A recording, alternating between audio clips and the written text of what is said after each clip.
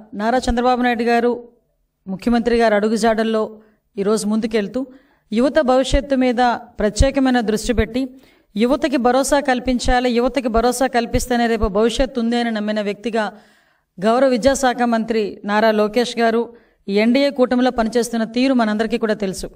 వాళ్ళే కాకుండా ఈరోజు మంత్రివర్గంతో పాటు అదేవిధంగా రాష్ట్రంలో ఉన్న ప్రజాప్రతినిధులందరూ కూడా ఈరోజు ఏకదాటి మీదకి వచ్చి విద్యార్థుల భవిష్యత్తును ఏదైతే డ్రగ్స్ గంజాయి నాశనం చేస్తున్నాయో అటువంటి గంజా డ్రగ్స్ని సమూలంగా నాశనం చేయాలి. ఎట్టి పరిస్థితుల్లోనే ఆంధ్రప్రదేశ్ భవిష్యత్తు ఈ యువతరం మీదే ఉంది, యువతరాన్ని రక్షించుకుంటేనే రేపు భవిష్యత్తుని రక్షించుకోగలుగుతామని పూర్తిగా నమ్మిన వ్యక్తులుగా ఈ సంవత్సరంన్నర నుంచి ప్రత్యేకమైన దృష్టి పెట్టి యువతలోని వాళ్ళ భవిష్యత్తు మీద ఆశలు కలిగించడానికి ఎంతోమంది తల్లిదండ్రులు వాళ్ళ బిడ్డలను చదివించుకొని, అంటే ఒక పూట తిని ఒక పూట తినక చదివించుకొని పిల్లల భవిష్యత్తు బాగుంటుంది అని నమ్మిన తల్లిదండ్రులకు ఒక భరోసా కల్పించడానికి, ఒక ధైర్యం కల్పించడానికి ఈరోజు ఎన్డీఏ కూటమి ముందుకెళ్తూ పనిచేస్తున్న సందర్భం కూడా మీ అందరికీ తెలుసు. దానిలోంచి పుట్టుకొచ్చిందే ఈగల్ వ్యవస్థ.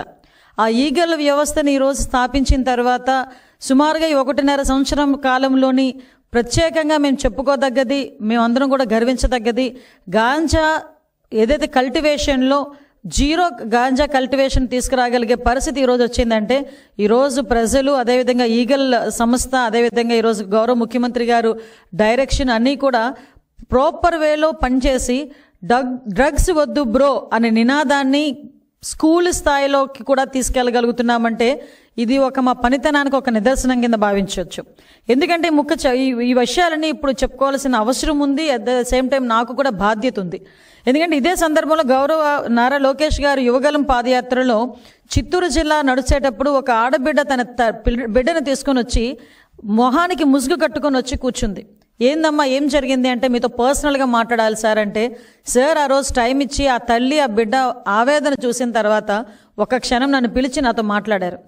విషయం ఏంటంటే ఆ ఆడబిడ్డకి గాంజాని అలవాటు చేసేసి ఆ ఆడబిడ్డని స్కూల్కి కూడా దూరం చేసి ఆ అమ్మాయి మీద కూడా లైంగికంగా దాడి చేసే పరిస్థితులు తీసుకొస్తే ఆ అమ్మాయి గాంజాని తిరిగి మానలేకపోతుంది. సార్ నా బిడ్డని రక్షించండి అని ఒక తల్లి ఆవేదన గుర్తించిన వ్యక్తిగా ఆ రోజు నిర్ణయించుకున్నాం, ఎట్టి పరిస్థితుల్లోని గాంజా అన్నది కానీ డ్రగ్స్ అన్నవి కానీ ఆంధ్రప్రదేశ్లో కనిపించకూడదు అని.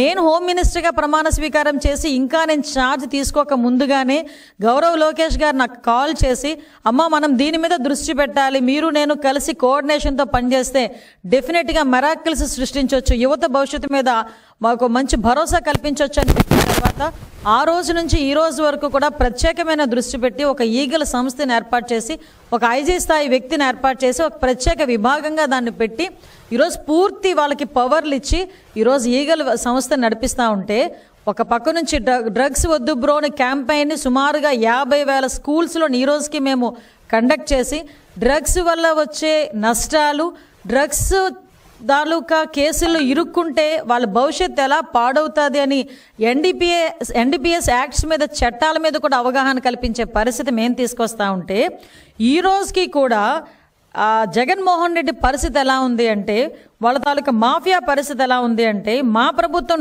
డ్రగ్స్ వద్దు బ్రో అంటే వాళ్ళు ముందుకొచ్చి డ్రగ్స్ తీసుకో బ్రో అనే పరిస్థితిలో ఈరోజు వచ్చారంటే నిజంగా సిగ్గుపడే పరిస్థితి. నేను ఎందుకు ఈ సందర్భంలో మాట్లాడుతున్నానంటే, ఈ సందర్భంలో నేను మాట్లాడాలి కాబట్టి ఈరోజు నేను మాట్లాడడానికి వచ్చా.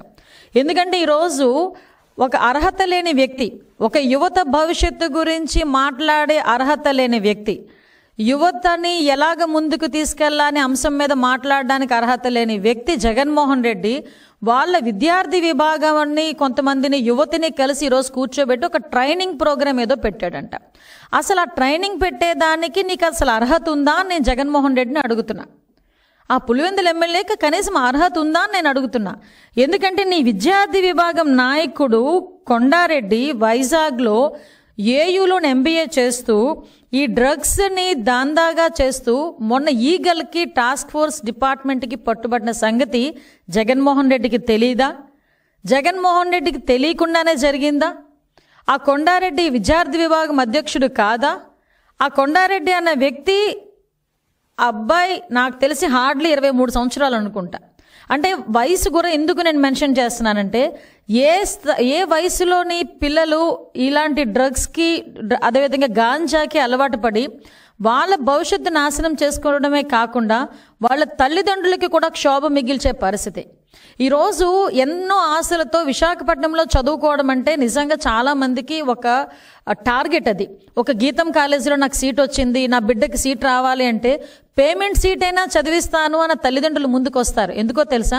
గీతం కాలేజ్ లాంటి కాలేజో, ఆంధ్ర యూనివర్సిటీ లాంటి యూనివర్సిటీయో, లేకపోతే డైట్ లాంటి ఇంజనీరింగ్ కాలేజో, ఏదో ఒక ఇంజనీరింగ్ కాలేజీలో నా బిడ్డ చదివితే 4 సంవత్సరాల తర్వాత క్యాంపస్ ఇంటర్వ్యూస్ వస్తే ఏదో ఒక ఉద్యోగం నా బిడ్డ నిలబడతాడు, నన్ను చూసుకుంటాడు అన్న ఒక భరోసాగా ప్రతి తల్లిదండ్రులు కూడా ఒక పూట తిని ఒక పూట తినక లోన్లు పెట్టుకొని అప్పులు సప్పులు చేసి పిల్లల్ని చదివించడానికి యూనివర్సిటీస్కి పంపిస్తే అక్కడ కూర్చున్న మీ విద్యార్థి విభాగం నాయకుడు మీ నాయకుల తాలూకా ప్రోద్బలంతో, మీ నాయకుల తాలూకా ప్రోత్సాహకాలతో వాళ్ళకి డ్రగ్స్లకి బానిసలను చేసి వాళ్ళ జీవితాన్ని ఛిద్రం చేసి నాశనం చేస్తూ ఉంటే కూర్చొని వాళ్ళకి పనిష్మెంట్ ఇవ్వడం పోయి వాళ్ళతో కూర్చొని మీటింగ్లు పెట్టుకునే పొజిషన్కి వచ్చావంటే నీకు అసలు సిగ్గుందా?